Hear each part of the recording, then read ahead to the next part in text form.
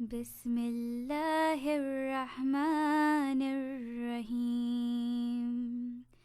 I was a searcher. I always called myself a seeker of knowledge, you know, because Christianity wasn't doing it for me. So I went over here and I went over there and I landed in Islam. The Quran, the ideas of it just kept shining like a diamond. And in fact, it was scary for me because I actually didn't want to become Muslim. I was terrified of what that might mean.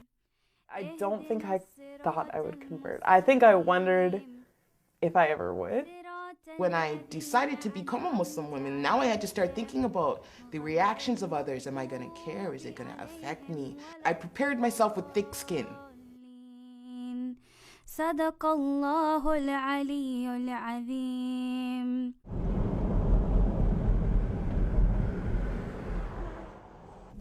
Valerie Clausen is returning home from Ottawa to Dundas, Ontario, to visit her parents for the weekend.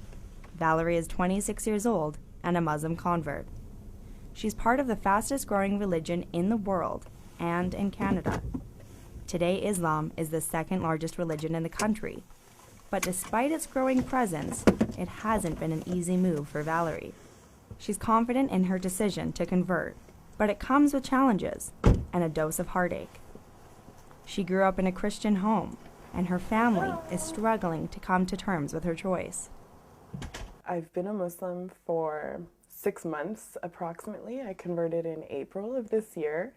But it's strange to say that because Islam has been a part of my life for so much longer than that. So, it's a process. It's not, a one-time, now I'm a Muslim, everything's different kind of thing for me. Valerie has always taken religion very seriously. Growing up, she attended church every Sunday with her family.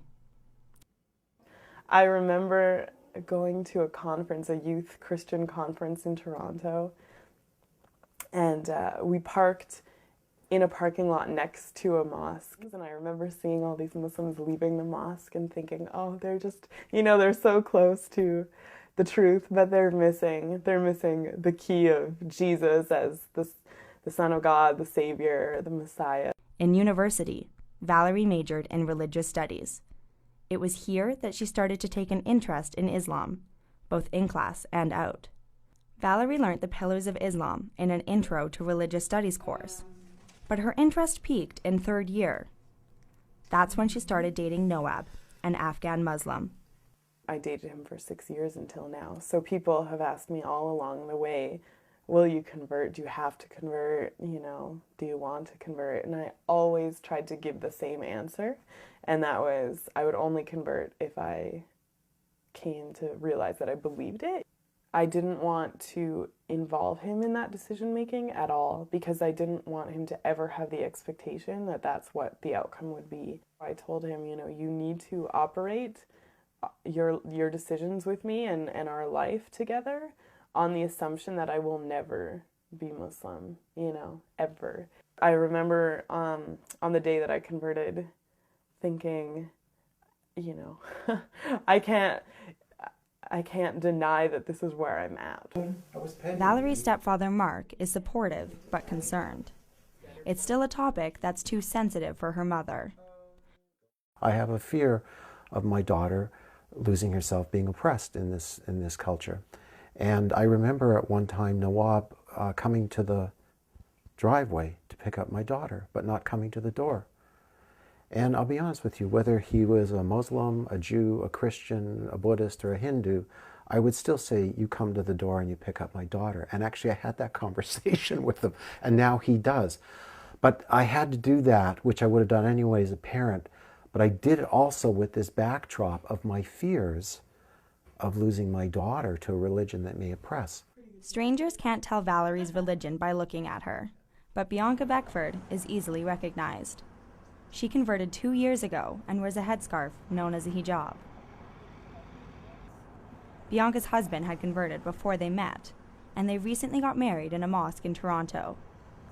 The city has a larger Muslim population than the rest of Canada combined, but even here, Bianca's hijab draws attention. The first time I put hijab on, it took me 45 minutes to leave my house.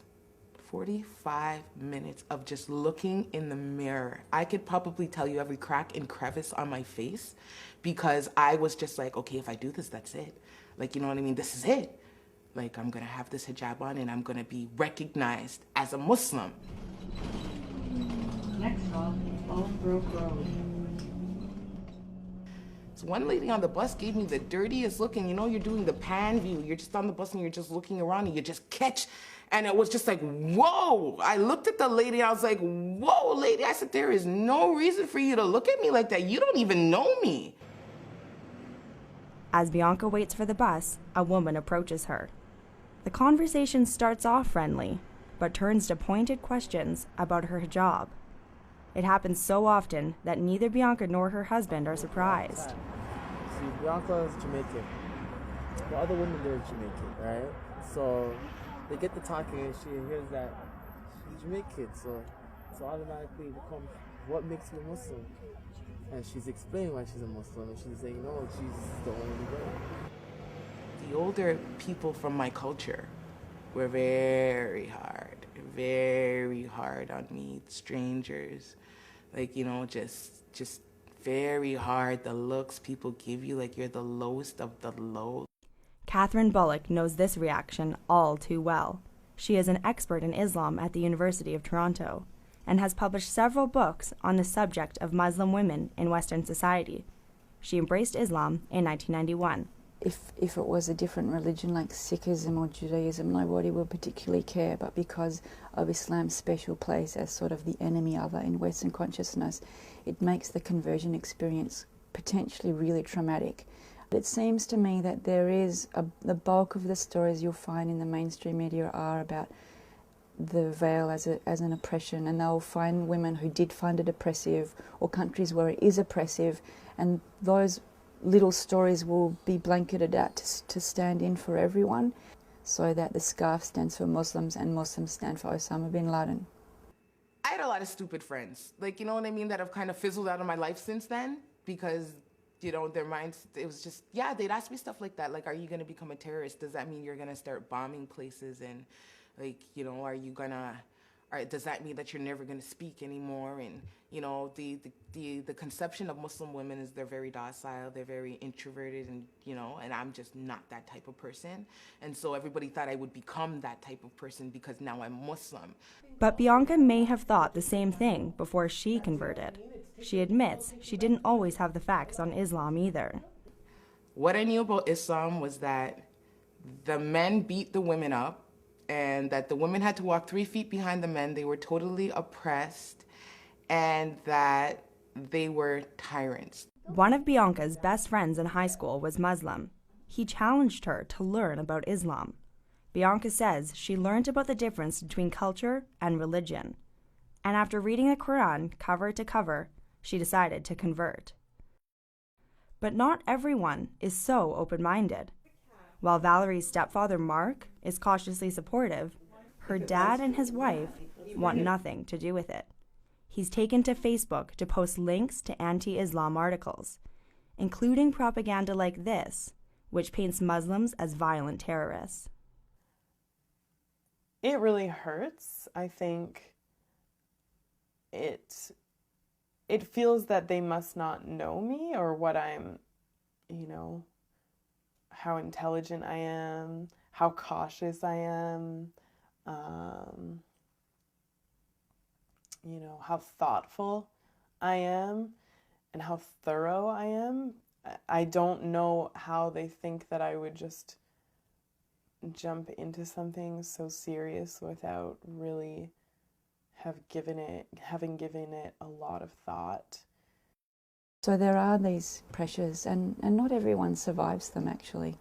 People do after a year or two just, I can't handle this, and take off the scarf and go back to sort of anonymity.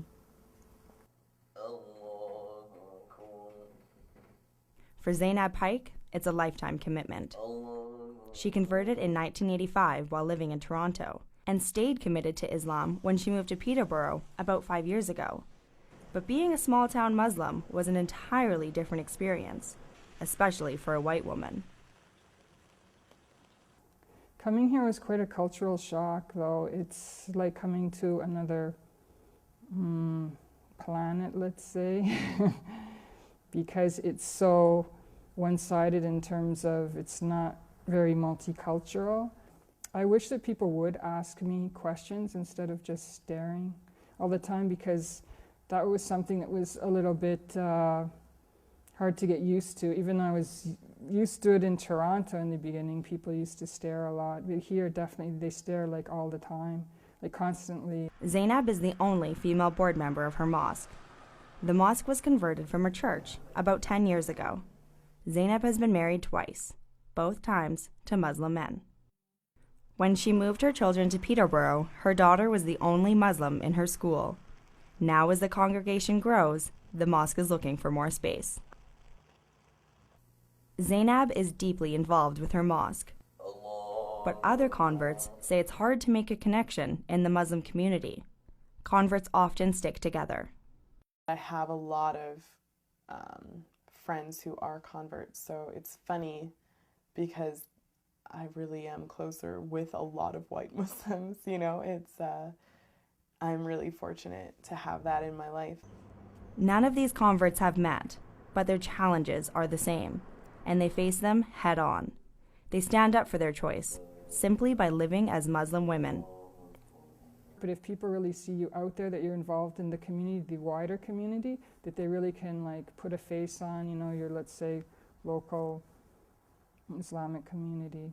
I'm just a human being. I tell people that all the time. Like, I get the looks, I'll be like, they're just clothes. And I'll keep walking, they're just clothes. Or, I'm just a woman, just like you. Like, I do that. The more that Canadians in general get used to Muslims, the less weird it'll be that someone has chosen to be a Muslim. For Valerie, there are still a lot of unknowns and a lot of questions to answer for herself and for her family. What would the wedding look like? Would there be a wedding? Who would be at the wedding? What would the life look like after the wedding? If there were children, where would they be?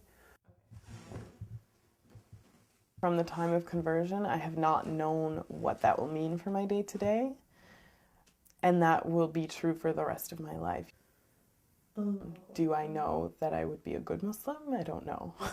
Do I know that I would, you know, be able to maintain a consistent approach to Islam? I don't know. I mean, I think any person of faith goes through points where, you know, they're not as committed, or where it's harder, or where they're questioning more. But my intention is to, you know, to continue my life as a Muslim. For the Ryerson Documentary Unit, I'm Allison Hall. بسم الله الرحمن الرحيم الحمد لله رب العالمين الرحمن الرحيم مالك يوم الدين إياك نعبد وإياك نستعين